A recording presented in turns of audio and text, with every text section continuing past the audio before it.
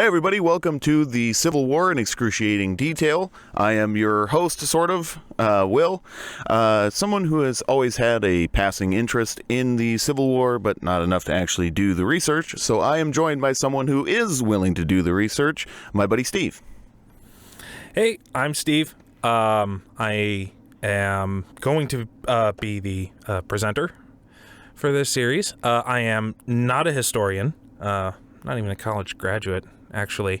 What I am, however, is autistic, which means I obsess over a subject that I find interesting until I have researched it into oblivion.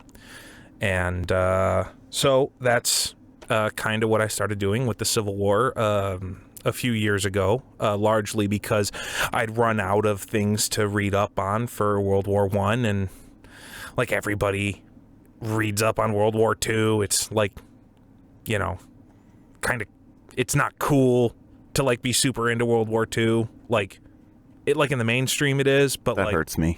Yeah, I know it does. Like in the mainstream it is, yeah, 100%, but like I'm too cool for school in a lot of ways. And so like if it's mainstream, I gotta do something underground you've probably never heard of, you know. It's pretty obscure. But anyway, the Civil War is, what's particularly interesting about it to me, especially within the modern context of, current politics within the United States right now, is it's one of the most misunderstood conflicts in American history that everybody thinks they understand completely. And that's a large part of why I got so interested in it, because there's so much misinformation surrounding it. I mean, let's face it, there's a side that won and a side that lost, and the side that lost has spent the last 100, what are we at now, like 160 years? Yeah, this year, 2025, it'll be 160 years since the end of the war, exactly. So, there's one side that has literally spent the entire last 160 years actively trying to change the narrative to make them look better.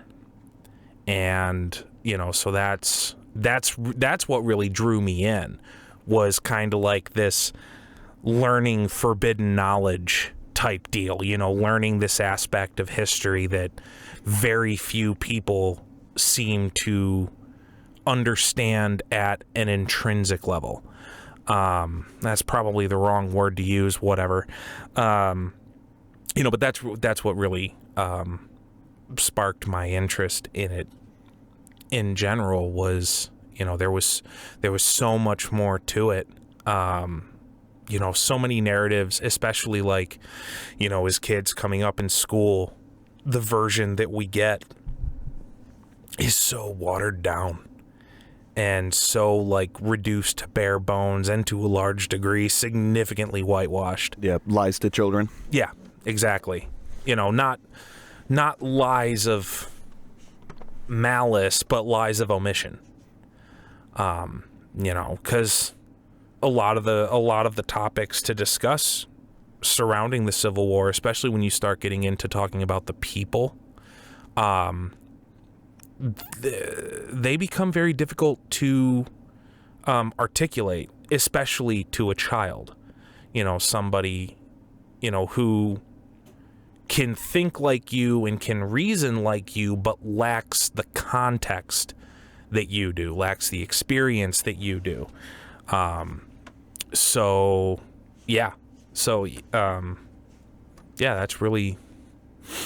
really what got me into it. And then, the whole aspect of the way my brain works, meaning, I can sit at my computer for 10 straight hours reading academic article after academic article, never once getting bored and actually forgetting that food is a thing that people need. I mean, clearly I could stand to lose a few 100 pounds, but so clearly I don't forget food as much as I should.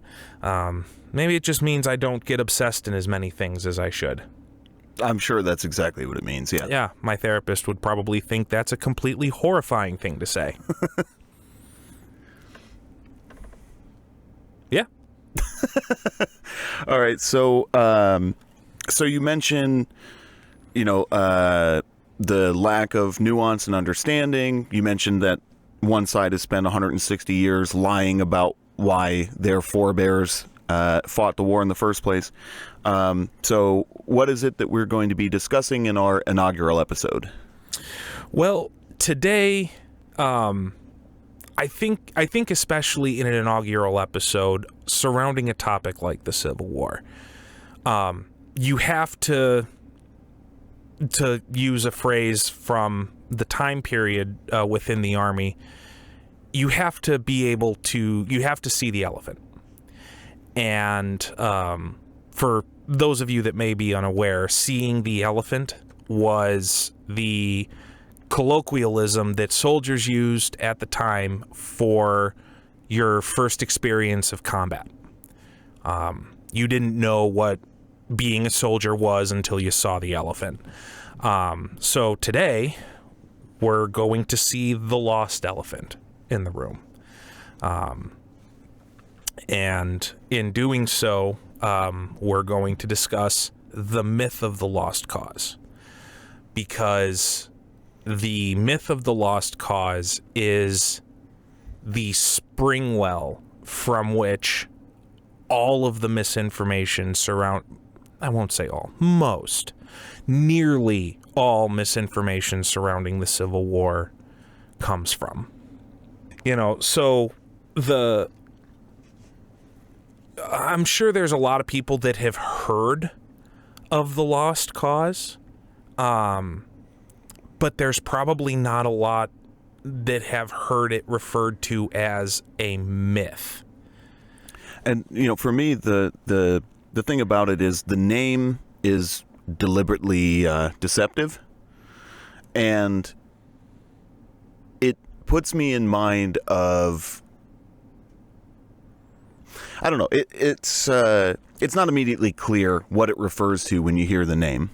So can you sum up what the lost cause myth is actually proposing? Yeah. So the lost cause is called the lost cause because it's meant to spread this narrative that the cause of the Confederate States of America was doomed to fail from the beginning. There was no chance ever that the Confederacy could win the war, that it could win its independence, that it could earn its right to self-determination. It was doomed from the start. And so the rebellion wasn't a rebellion. It was a noble struggle against a tyrannical government for the rights of self-determination. So that's the part where it sort of falls apart for me, because I could see a convincing argument that it was doomed from the start. And, we're going to talk about the ways in which the North eventually won in later episodes and how inevitable that victory was. But I think one could make a case. Well, and see, that's the thing. Victory was not inevitable. There, at the very beginning of the war, we're talking 1861 to 1860, beginning of 1863. There was a very real possibility that the South was going to succeed, that they were going to succeed in earning recognition by the international community, specifically Great Britain and France. This was the 1860s. The United Kingdom and France.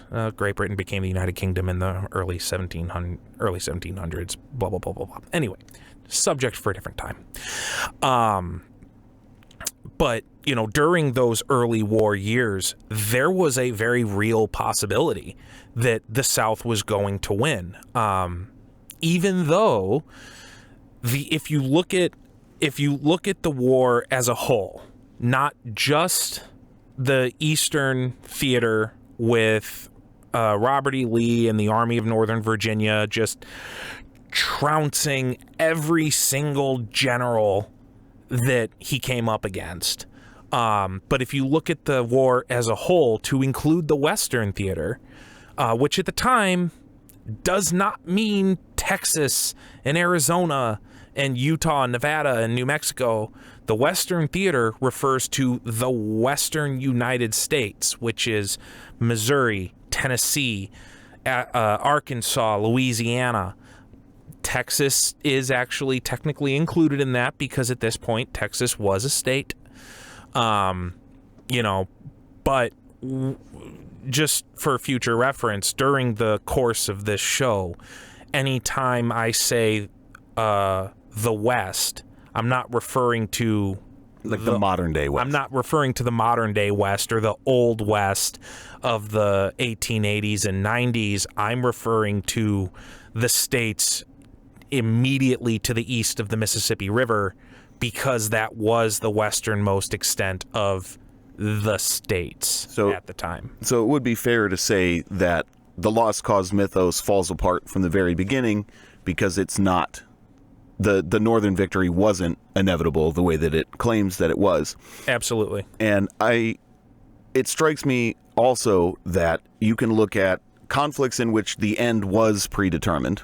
So, like World War II, there's no version of that where Germany actually wins. No. Outside of somebody figuring out how to build nukes in Germany, but that program was a complete nightmare that had no chance of succeeding, which we didn't find out until after the war. Right. So the reason that I bring that up is so the cause of the Nazis was lost from the beginning, but no one seems to think that that makes it noble. So what makes it noble when the South fights a war they could never win? Good PR. Literally, that is the end of that answer. It is good public relations and a public that was receptive to the message. On both sides or only in the South? Largely in the South, but to a lesser extent in the North too. So the thing that gets lost in translation, especially in a lot of modern high school history classes, is that everybody in the North during the Civil War supported the war aims. What were the war aims? Well, naturally, the war aims were to end slavery. No. That was certainly the war aims of the radical Republicans within the federal government. Absolutely. But that wasn't even Abraham Lincoln's war aim. The war aim was the preservation of the Union. That is what the North almost universally was fighting for initially. It is untrue to say the war was only ever fought by the North for the sake of preserving the Union.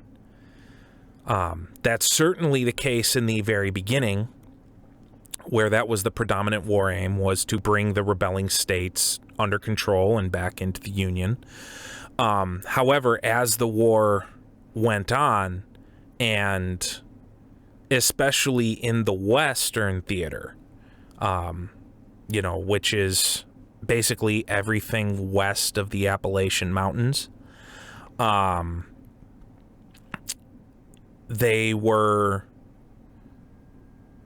they were coming across more and more plantations, more and more African Americans were escaping in advance of the Union armies and were fleeing to Union lines.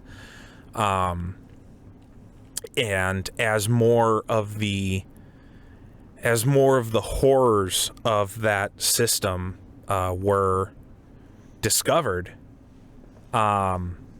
it became more of a war aim. And, you know, more importantly, it became increasingly obvious from a military standpoint that the South was only able to field as many men as they were because of the servile population behind the lines, harvesting the crops, taking care of the homesteads, you know, things like that. And so from a military standpoint, it began to make perfect sense to make the emancipation of the enslaved population in the South a war aim, because it would directly impact the South's ability to continue to field armies.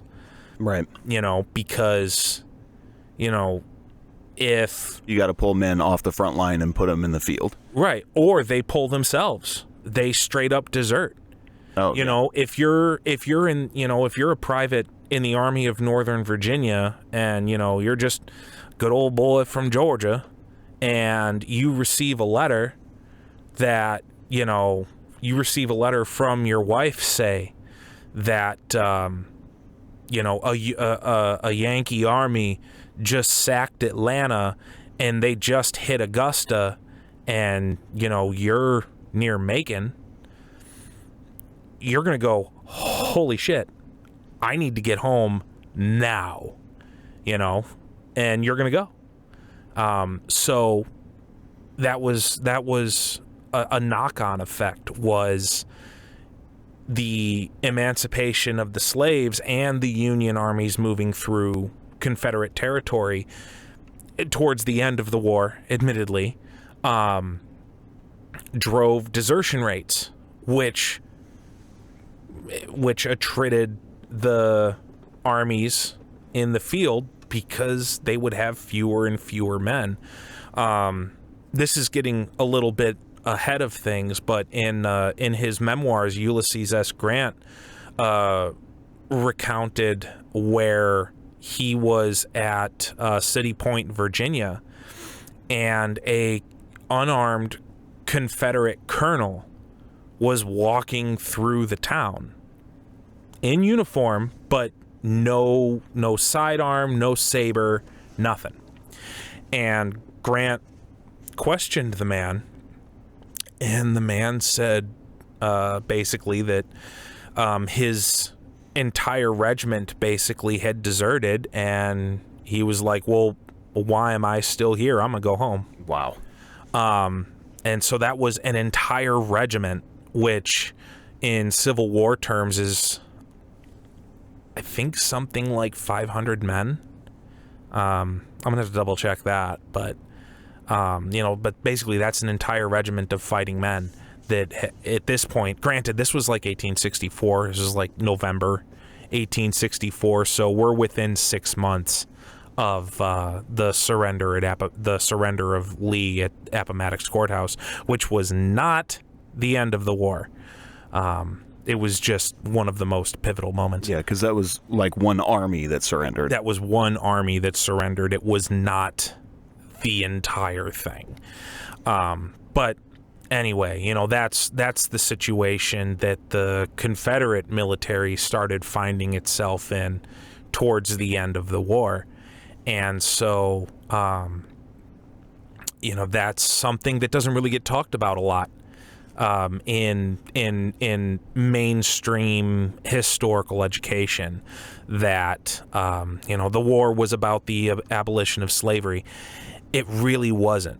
What the war really was about, from the South's perspective, was the preservation of slavery. And that is the single thing that the myth of the lost cause works its hardest to muddy and obfuscate and remove from public consciousness. That's where all of these things that I'm sure you've heard, it was about states' rights, not slavery. It was about liberty and self-determination. You know, it was about it was about fighting against an oppressive, tyrannical government that doesn't represent you.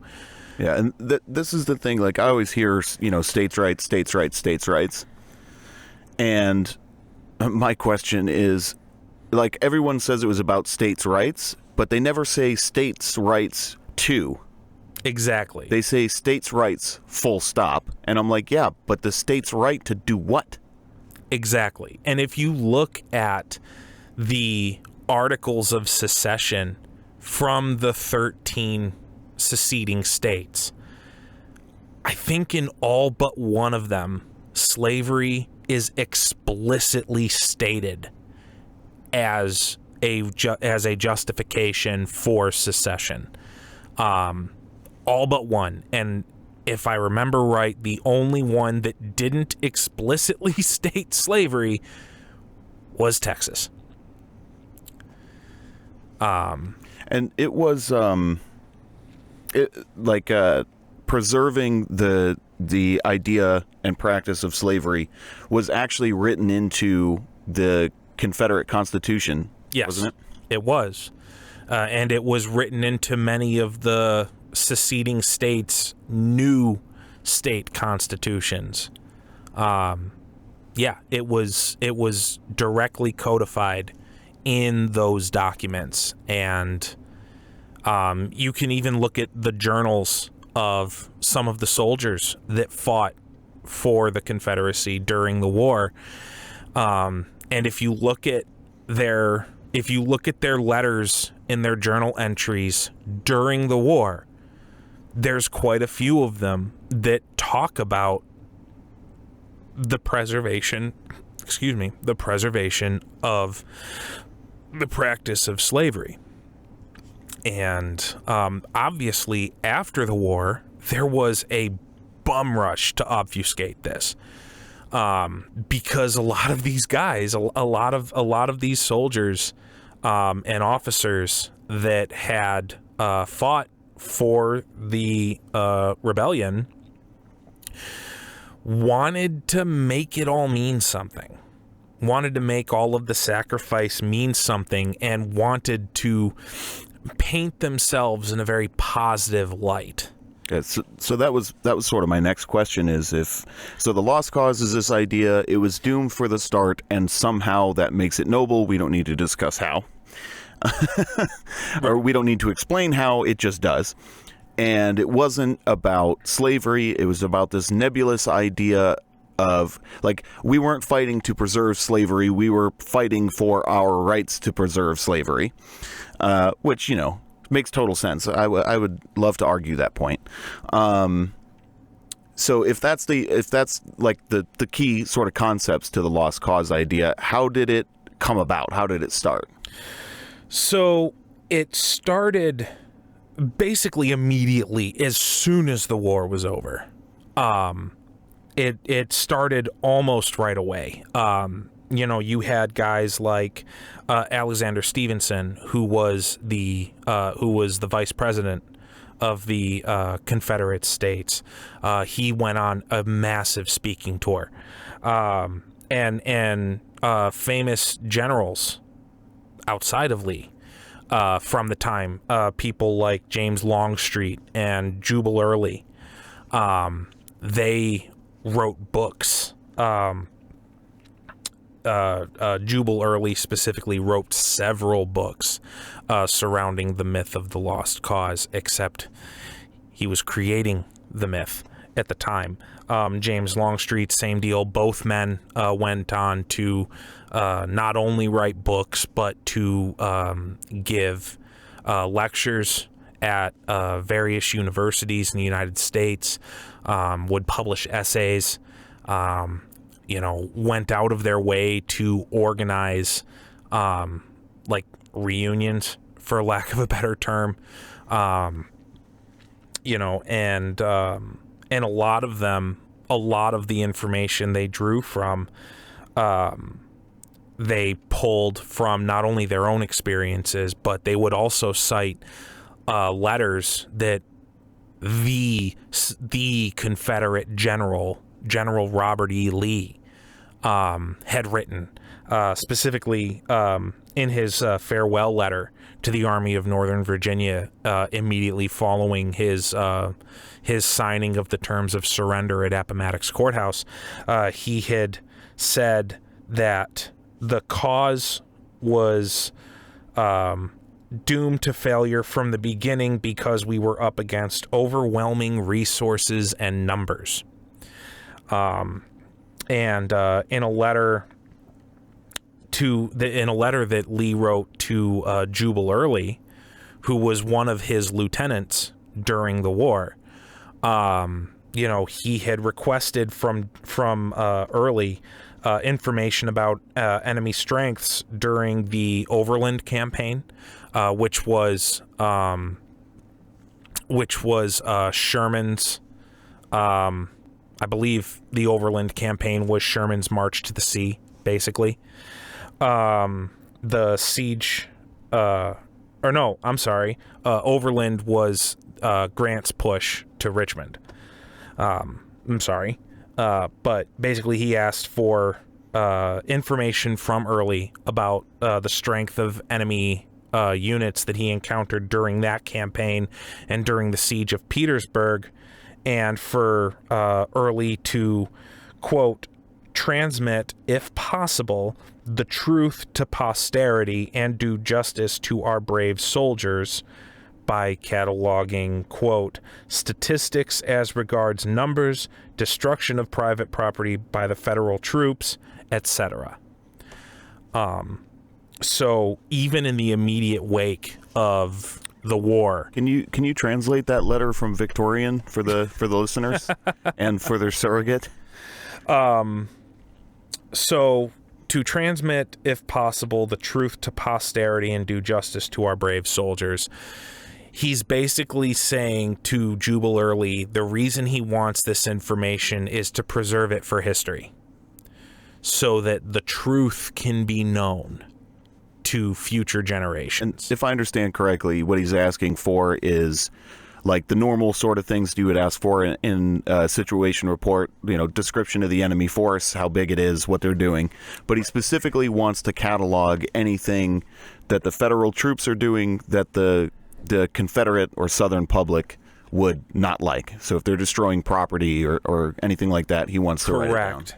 And also, you know, to get troop numbers so that he can illustrate just how outmatched the Army of Northern Virginia truly was.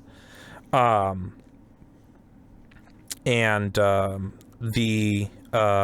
cataloging statistics as regards numbers, destruction of private property by federal troops, etc.,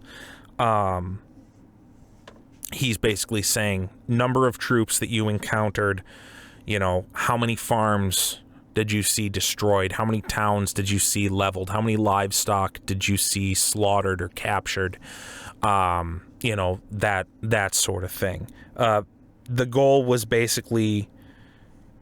for Lee was to prove that the Confederacy was doomed to failure from the onset of the conflict.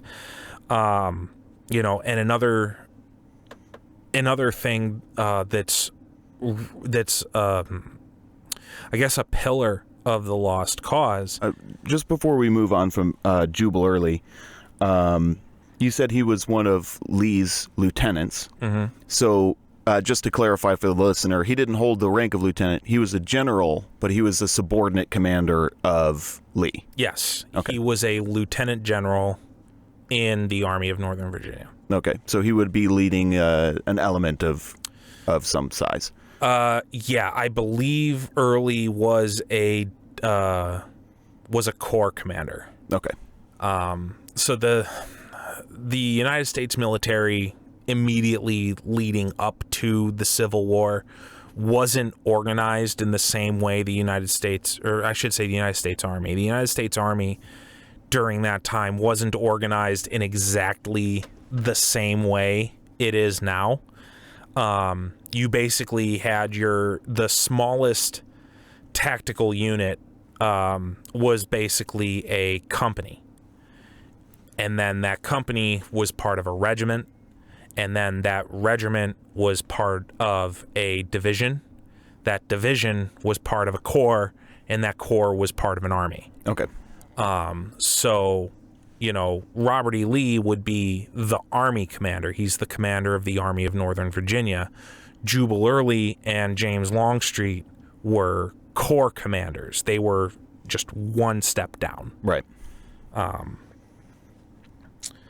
And then, obviously, below them, you had guys like General Pickett, who was a division commander. Okay. Division commanders tended to be like brigadier generals.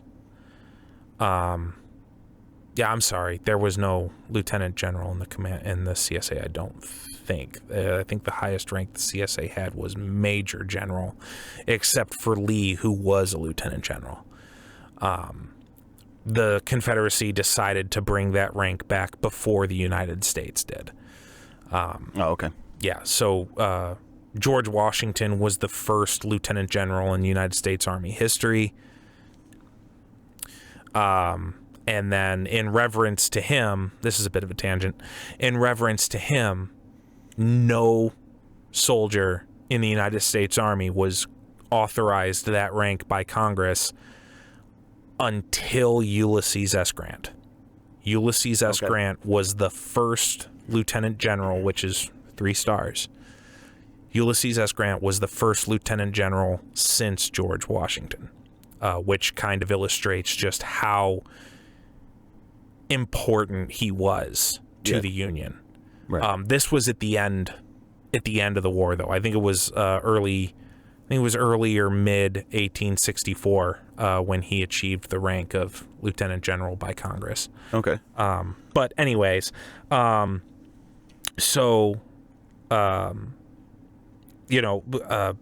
on the bigger topic within the Lost Cause, which is the topic of slavery, and its preservation.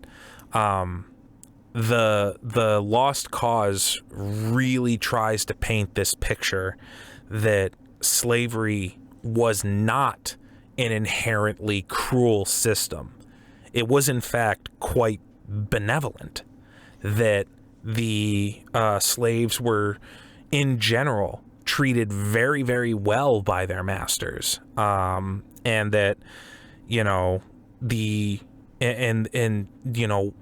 stories of cruelty that came out of the South in the antebellum, which antebellum means pre-war. Yeah, in Latin. The stories of cruelty towards slaves that were coming out of the South in the antebellum years, those cruel acts were only necessary to maintain good order. They weren't the norm. They were the exception.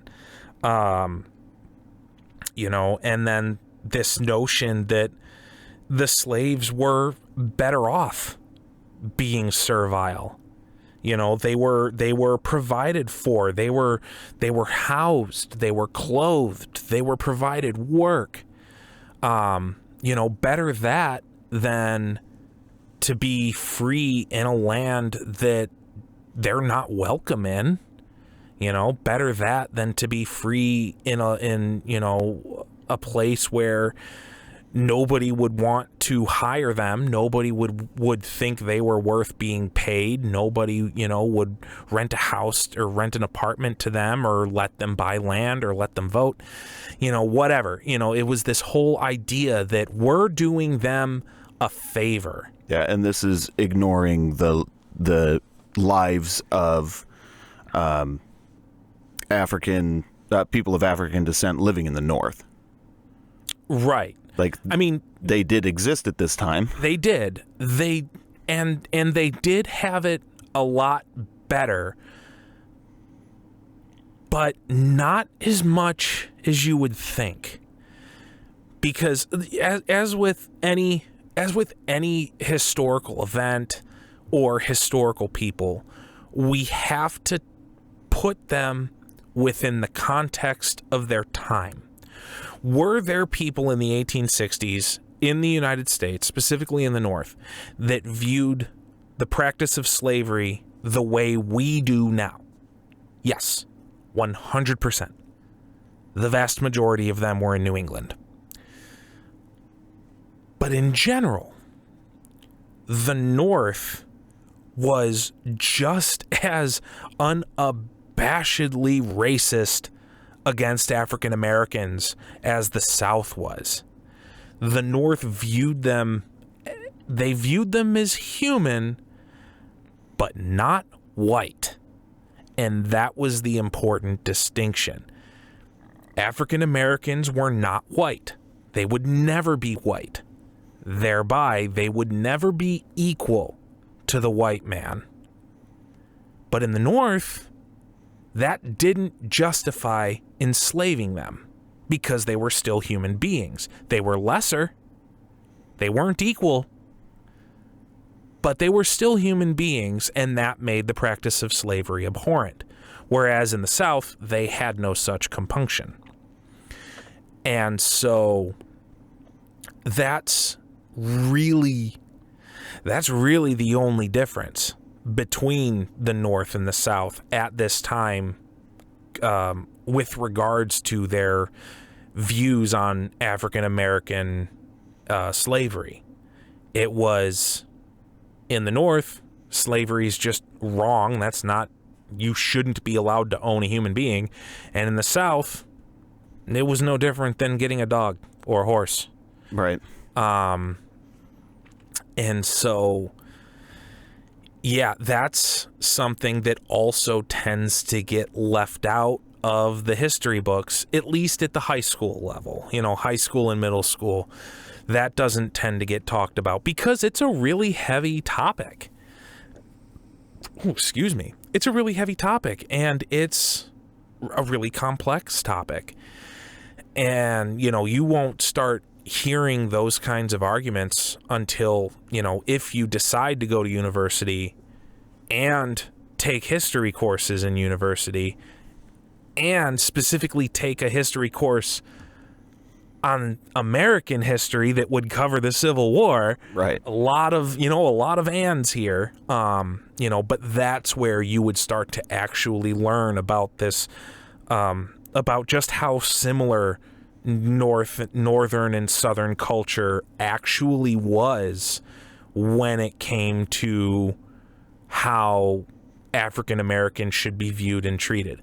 Now, was that uniform across the North? No, absolutely not. And the fact that the Underground Railroad existed for a decade or more prior to the Civil War is evidence of that. There were thousands of people in the North that viewed African Americans as just people. Yeah, no entire population has ever entirely agreed on anything, especially Americans. Yeah, 100%. And so that's something that is part of the reason why, okay, when we now hear the phrase slaves were better off being servile and provided for than to be free in a land where they weren't welcome, to us now it's like, that's a bullshit argument, and it. Right.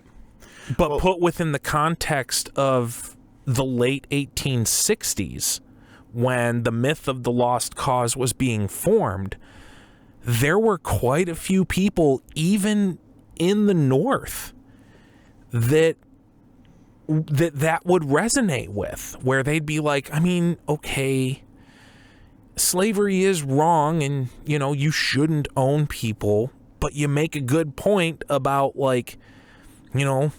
it's going to be harder for them now than, it might have been otherwise, completely glossing over, the forcible dissolution of entire families and, children being taken from their mothers as young as the age of 7 to be sold off to another plantation for, profit, and whatever. Let's just ignore all of that, and just look at like how easy is it going to be for them to make money? Well, it's going to be really hard. Well, so this is my question about that. So they say that, this population is better off in the situation they were in than they are now. Did they believe, like, is this the case of the racists pointing fingers and saying the black Americans that are now free are in a worse position than they were because all the white people are too racist to give them jobs? Or were they saying that they're better off because they are inherently less able to fend for themselves in some way? They need our help intrinsically because they don't have whatever the white people have that allows us to make a living on our own. Yes. It was both of those things. Okay. And unfortunately, the latter part of that sentiment really didn't go away for most of the 19th century, even into the 20th century. There's a quote. I think it was Theodore Roosevelt who said this about the Spanish-American War, where in the 1890s, where he was quoted as saying, "It is our duty as white men to help our little brown brothers." Not a great look. Not a great look. Perfectly reasonable within the context of his time. To us now, that's insane. I can't believe you actually said that out loud. Most people who think that way know better. So that sentiment of these people who aren't white aren't developed enough to take care of themselves, and it's our duty as white men to take care of them and provide for them. It is our Christian duty. There was a lot of religious justification for slavery, for the suppression of the Native Americans, the cramming, forcing them onto plantations, taking their land, because there was we're getting a little off topic of the Civil War a little bit, but sort of, it's tangential. But there was this idea that we can take better care of their land than they can, especially in the plains, because like they were nomads. They were following the herds of bison. They weren't. This was their land, but like they haven't learned how to destroy it by building cities yet. Yeah, there's no farms. There's no permanent settlements. They're completely wasting this land. Because they're not advanced enough to know how to use it. So there's nothing wrong with us coming in and showing them how to use it properly. That was the idea. Again, it's this pervasive way of thinking amongst white America in the 19th century that anybody who wasn't white was inherently inferior in every way. They were intellectually inferior. They were culturally inferior, socially inferior, ecumenically inferior, and they needed us, white people, to show them the right way. Which is batshit insanity now, but taken within the context of its time, that is how a vast majority of Americans thought about African Americans, about Native Americans, about Mexicans, even. Not Mexican Americans, not people from Mexico that were here living in the United States, but like the country of Mexico. It went everywhere. Yeah, it literally applied everywhere.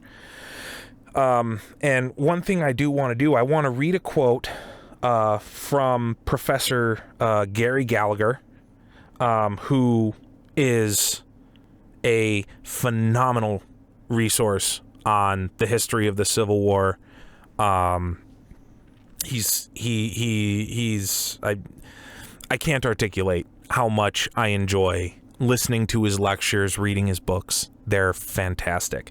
But specifically on the topic of the lost cause and why the lost cause existed, he has a great quote where he says, "The architects of the lost cause acted from various motives. They collectively sought to justify their own actions and allow themselves and other former Confederates to find something positive in all-encompassing failure. They also wanted to provide their children and future generations of white Southerners a correct narrative of the war." And he went out of his way to emphasize correct, meaning our narrative. Yeah, in air quotes. Yeah, correct in air quotes. It was, they wanted to make sure that their truth, which wasn't true at all, would not be lost to history. And, you know, the downside is it really has just muddied up the entire conversation surrounding the lost cause. So that brings up a question, right? So you say that it's their truth. My question is, so these guys like Early and Lee, the guys that are, you know, building this myth immediately following the war, do you think that they actually believed it? Or do you think that it was a bald-faced attempt to save face? They're like, we got to come up with something. I honestly think it's a little bit of both. I genuinely believe it's a little bit of both. Do you think they were like willingly deluding themselves? Yeah, I do. And, you know, a perfect example of that innate human ability to attempt to soften an incredibly hard subject just purely through the use of different words is... Yeah, I'm not a janitor. I am a building and floor maintenance specialist. More topically, it's not slavery, it's our peculiar domestic institution. Yeah, there you go. That was a very common phrase used amongst Southern aristocracy. And peculiar at the time, the word was used to mean something more akin to special or singular, right? Yeah. Today it has a slightly different connotation, but it was like, we're the last country doing it, so we are singular in that we still do it. Yes. Well, not really, but in the developed white Christian world. Correct. Yeah. And so, like, even, you know, Robert E. Lee in his letters would not directly use the word slavery. He would always refer to it as our peculiar domestic institution. And so, yeah, I think a lot of these very prominent Southern Lost Cause writers were intentionally, willfully convincing themselves of this alternative narrative that made them look much, much better. On the other side of the coin, Lost Cause writers in the North just took what the writers in the South said at face value. And so they weren't intentionally deluding themselves. They were picking and choosing what data sources they pulled from and, just kind of taking them at face value. One of those was actually a man by the name of Edward A. Pollard. He was a Northerner. He was an American author. He was very well known in the pre-Civil War years. And he was a Southern sympathizer.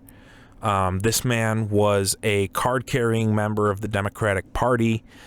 He fully supported people like Stephen Douglas, George McClellan, two famous Democrat presidential candidates during the period of the Civil War. And yes, George McClellan was also a Union general during the war who was one of the ineffective generals in the East that Lee just trounced. Time and time again. So he thought maybe I should try my hand at politicking instead of soldiering? No, he thought Abraham Lincoln was a moron. Okay, so he blames the commander-in-chief for being bad at his job. He blames the president. At the time, the two terms were not synonymous. Right. But yeah, McClellan thought Abraham Lincoln was a moron. He thought Lincoln was just bloodthirsty and singularly focused, and that, Lincoln should have let the South go a long time ago. And we can do specific episodes on personalities later down the line. Correct. But anyway, you have these, you have the members of the Democratic Party in the North who were very conservative, very pro-Southern, very anti-abolition, that were all too happy to, in the wake of the war, just kind of accept this new history, this new version of history, I should say. And so that was part of what helped the Lost Cause proliferate outside of the South. That's what helped it gain legitimacy, was that this wasn't the writings of, average soldiers, average privates. This was Robert E. Lee. This was General Lee saying this. This was Jefferson Davis saying these things. Major forces, both military and political, on both sides. Correct. That were throwing their weight behind this narrative that the South was always going to lose, and there was nothing that could be done about it, and therefore their struggle was noble. It added legitimacy. And then fast forward 40, 50 years, Woodrow Wilson, a Virginia lawyer, gets elected president of the United States in 1812. And he built his career on writing about the Lost Cause. And he is the one that really gave the myth of the Lost Cause academic legitimacy, because he was a university professor before he was president. He was very well respected within academia, and as a historian. And so here he was, basically legitimizing all of the things that Lee and Early and Longstreet and Stevenson and Davis and Pollard, all these guys, all these Lost Cause writers, here he was legitimizing it. And the knock-on effects from that are still being felt in 2025, and will probably continue to be felt long after 2025.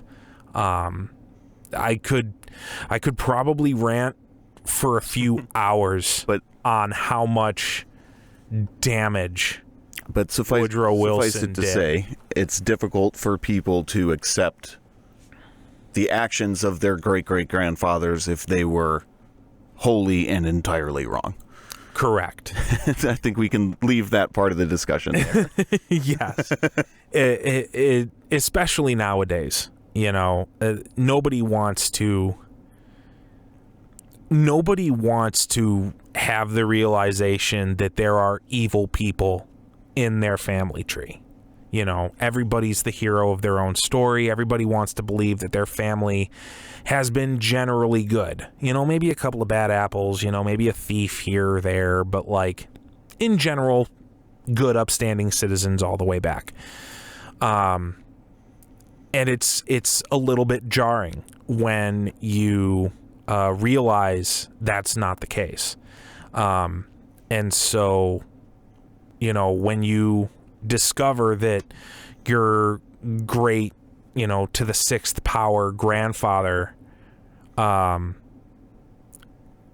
only fought in the Civil War as a Confederate, but also owned slaves, you want that to mean something. You want there to be something that you can look to that says, no, he wasn't a racist. He wasn't this evil, heartless person that believed another human being could be furniture.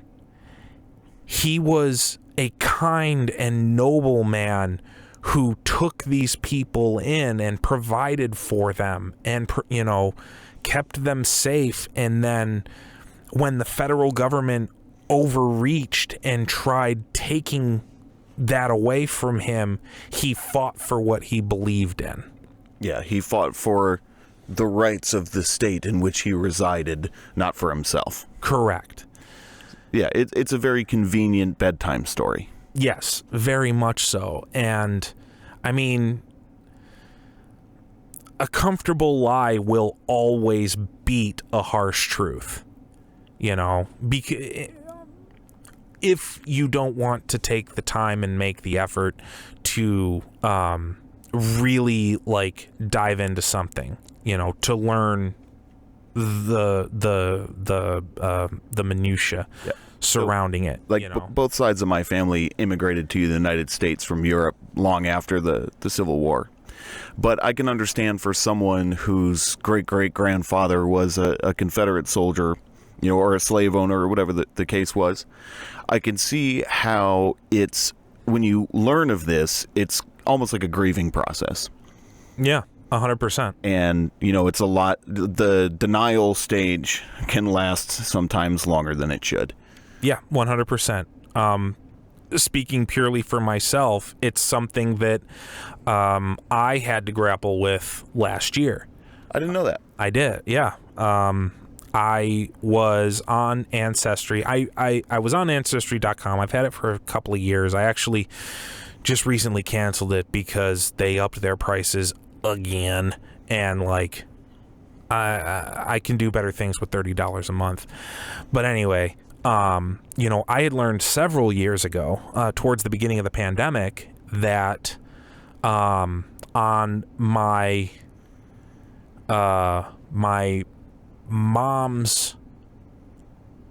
dad's mom's side of the family, I had a relation who fought for the Union in the Civil War, and he was from Ohio.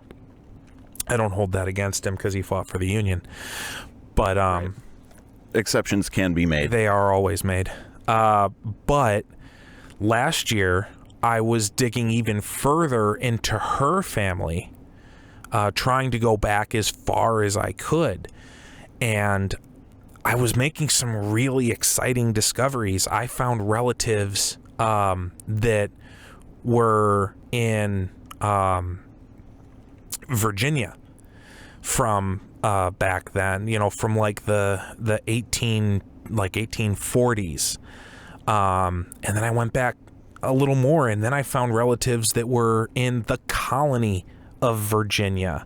Oh, wow.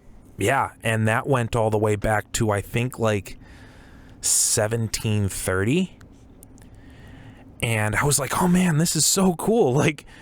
I had grown up thinking that both sides of my family were purely immigrant, from Germany and from Sicily at the beginning of the 20th century. Like, that's what I grew up believing. And now here I discover that my mom's dad's mom,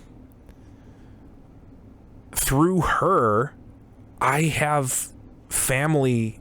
I can trace my lineage all the way back to before the founding of the United States. I never thought I was a part of that, history of the United States. And so, I was elated. I was like, oh man, I can't believe this is so cool.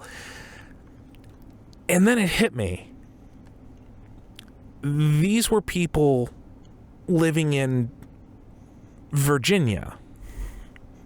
In the antebellum.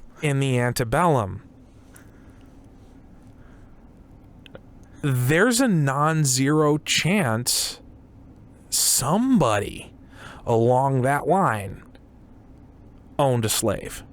At least one. And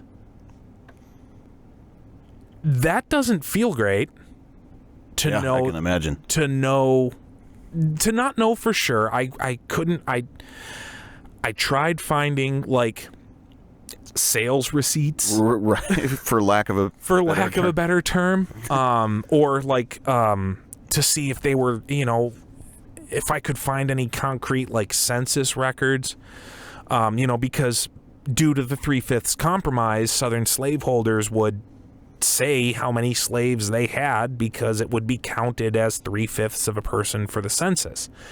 But like, what a number out of a hat, right? Like, God. Well, the South, okay. So the South actually wanted all of their slaves to count as an individual. So each individual slave, for census purposes, was a person. Yeah. And, the northern states, very justifiably, were like, well, if they count as a person for the census, then they're a citizen. And if they're a citizen, they can't be a slave. Right. You can't eat your cake and have it too. Yeah, you can't own a slave and have that slave be counted as an entire person. So that went back and forth in Congress for a while, and then they settled on the 3/5 compromise. Each slave will count as 3/5 of a person. Yeah. See, this is why my better half and I have come to an agreement that it's better to just have the fight than it is to compromise. Because that is not objectively true in all situations. No, not in every case. But there are some... It's not marriage advice. Don't follow that. Not marriage or legal advice. Contact a defense attorney if you do as I do. But no, not a defense attorney, but a divorce attorney. At any rate, same thing. There are subjects on which a compromise just doesn't work. And that is where you still compromise, but it's more of a, if we agree to do it my way in this case, we agree to do it that way in your case, or whatever it is. There's still a compromise to be made there, but a literal compromise on every issue is not always tenable, because then you end up counting someone as 3/5 of a person. Yeah. Like, you lost one arm and one leg? Oh my God. Well, I sure is powerful sorry, ma'am, but we gotta cut your left leg off, and we gotta take your right arm. That's the way the cookie crumbles, darling. I apologize. Yeah. Yeah, no, that was a particularly dumb compromise, but at the time, especially in the antebellum, we're getting a little bit away from the Civil War here, but it's still relevant. Basically in that 60-year period, from 1800 to 1865, even going back to the Constitutional Convention in 1787 in Philadelphia, every single thing was just a constant struggle between the slaveholding South and the free North about who was going to have more power in the federal government. So there's so many compromises within legislation. Yeah, endless. Just so many, and they all start with the compromise of, or the blah blah blah compromise. It was just a constant series of half measures to forestall actually dealing with the problem of holding another human being in bondage. Right. Well, because that was only ever going to end one way. Exactly. No, wasn't a foregone conclusion, because in the 1830s, the United Kingdom completely abolished slavery in all of the lands it held, to include territories and colonies. And that was more or less bloodless. There was no English Civil War Part 35 fought over that subject. So it wasn't a foregone conclusion that the only way slavery was going to end in the United States was going to be through conflict. I don't know. I could see an argument about the British and the Americans being very different people by this time. And when you have people saying that Black Americans cannot survive without help of the white man, I don't see those people just shrugging their shoulders and letting them go. Yeah, that's fair. My only point is conflict wasn't an inevitability. But I do think what made it an inevitability was the constant series of compromises. Yeah, it's sort of like you become that which you hate. In attempting to forestall a conflict, they caused the conflict. Right. And if we really wanted to get like stupid descriptive or like stupid finger pointy, we could generalize the entire topic by saying the reason the Civil War happened is all because of Eli Whitney. It's all his fault. Maybe that's another episode. I mean, I'm not going to say that because it's not true. It's not true in its entirety. However, there are aspects of it that are true. Well, so we start our inaugural episode discussing this lost cause myth, probably because it's the single topic that is most relevant to today, and it is, which is extremely disappointing, but it's also it feels like the thing that you have to start with because it is so widespread and so entirely false. Yeah. So it felt like the natural stepping off point. So we have to lead with that. But if the lost cause myth was not a thing, the natural starting point would be what caused the conflict in the first place. So obviously that's another episode. And yeah. We will cover all of those topics in excruciating detail. Indeed. It's almost like that's the name of the thing.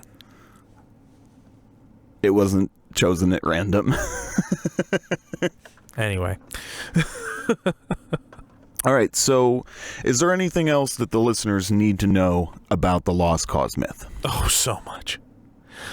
So very, very much. But, then we would be here this would be 12 hours long? And no. So, okay, is there anything else that they need to know before we can go to bed tonight and feel like we recorded an episode that's worthwhile to the listener?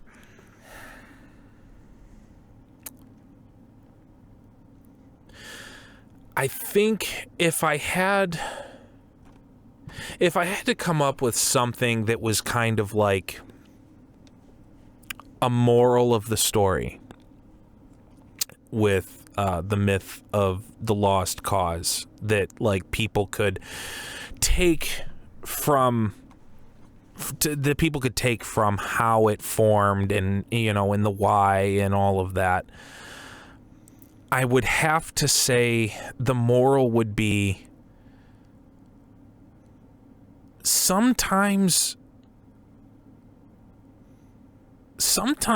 a thing that a group of people decides is okay is just evil. And if you're related to somebody that's a part of that group, that really sucks. And that doesn't mean you have to justify their actions to preserve yourself, because you're not them. Yeah, as I said, my family on both sides are immigrants. One side of my family immigrated from Germany in the late 1940s. And one side of my family immigrated from Germany in the early 1930s. So we have some experience on that. Yes. Sometimes there's people in your past that just did some really, really heinous shit. And that does not mean you are evil by association. That means they are evil and did awful things. You are not that person. However, if you attempt to justify that your ancestors' actions, or whitewash it, or make excuses for them, or say, just change the narrative so that they look better and the people they hurt or oppressed or caused to suffer are made the antagonists, then you become just as bad. Yeah, you become that which you hate. Yeah, you became the thing you were trying to prevent in the first place. And so I think that's the real moral of the story is, if your ancestors did some bad shit, that was them. And it sucks. It doesn't give you the right to rewrite history. Or even if you did some bad shit and you hurt a lot of people, that sucks. But own it. Don't rewrite history to make you look better when, you were buying and selling people like livestock.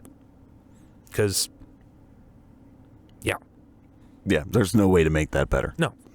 All right, so that was leading me, and I think you did answer this in large part, but I think the obvious question from here is hopefully the listeners have an idea of what the lost cause myth is, why it's patently ridiculous. So the question becomes, what do we do from here? From here? Let's just pick a topic and go ham. No, I'm sorry. What I mean is, where do we go from here regarding the lost cause myth as a society? Or what can the listener do?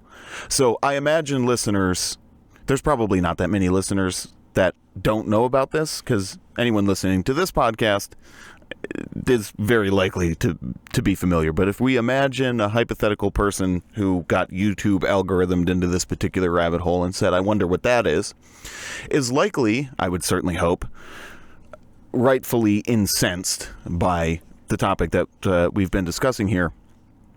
So where do you think we go from here societally?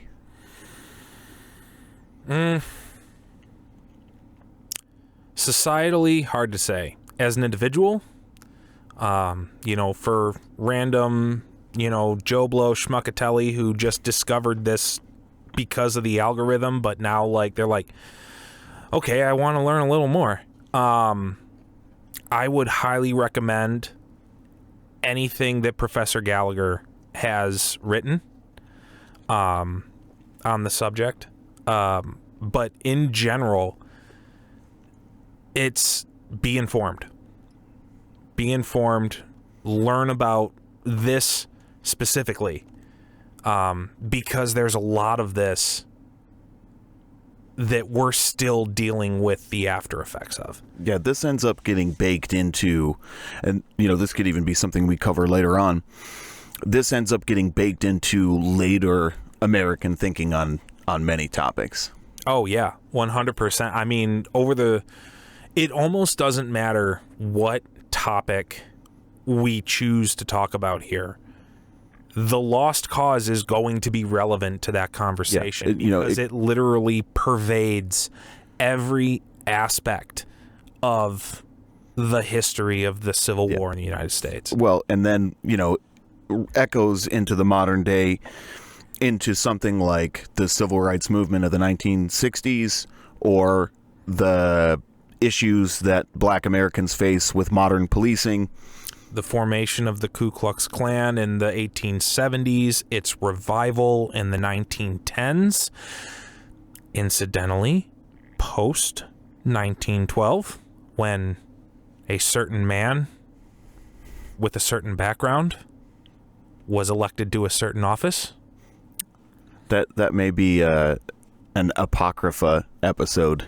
I think that's relevant enough to American history that we might do a 4.5-hour special of you ranting continuously without taking a breath. Oh my God! Just give me Red Bull. Give me Red Bull. Give me Red Bull. Remind me not to take my meds that morning, right. And I will go fucking ham. We'll do a remote episode so that you can just do a piece to camera. I'll be very interested to watch the episode. Oh man, but no, there's the myth of the lost cause pervades almost every single topic you can discuss when discussing the American Civil War.